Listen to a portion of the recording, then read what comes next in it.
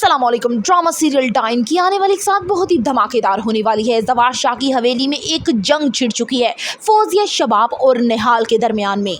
शबाब एक दफ़ा फिर से मीशा पे वार करने की तैयारी कर रही है। वो घर की मुलाजिमा आमो को अपने साथ मिलाती है और उसे कहती है कि वफादारी दिखाने का यही वक्त है, देखती हूँ तुम किस हद तक कामयाब होती हो उसमें। और उससे कहती है कि जिस तरह से घर में कत्ल होते जा रहे हैं कोई भी शक नहीं करेगा कि मीशा भी उनकी लिस्ट में आ चुकी थी, इसलिए वो भरपूर फ़ायदा उठाना चाहती है इन आगे पीछे की अमवात से।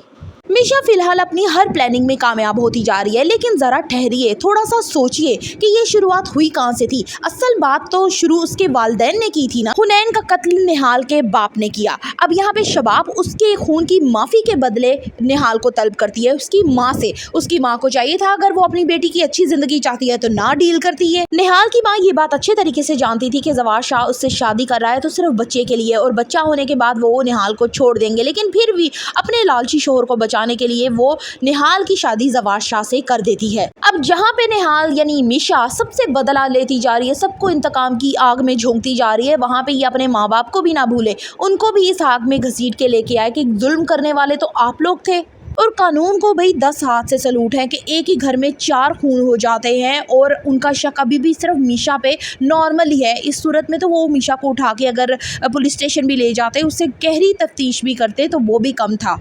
खैर जी, ये तो हमारी अपनी राय थी, लेकिन आगे कहानी में क्या होने जा रहा है ये मैं आपको जल्दी से बताती हूँ। फौजिया को अब जल्द ही उस कमरे में पहुंच जाएगी जिस कमरे में आकर मीशा एक के बाद एक की फोटो जलाती थी और मोमबत्तियां जलाकर वहां पे बड़ा जोर जोर की हंसती थी। फौजिया जब उस कमरे में पहुंचती है तो अपने शोहर की आध जली तस्वीर देखकर बहुत ज्यादा हैरान होती है और उसे ये समझ आ जाता है कि हो ना हो ये मीशा ही निहाल है और ये बदला लेने हमसे इस घर में आई है, तो यानी अगला नंबर मेरा ही होगा। अब वो पूरी कोशिश करती है कि या तो इस लड़की को इस घर से निकाल दे या खुद बचने की अब कोशिश करे।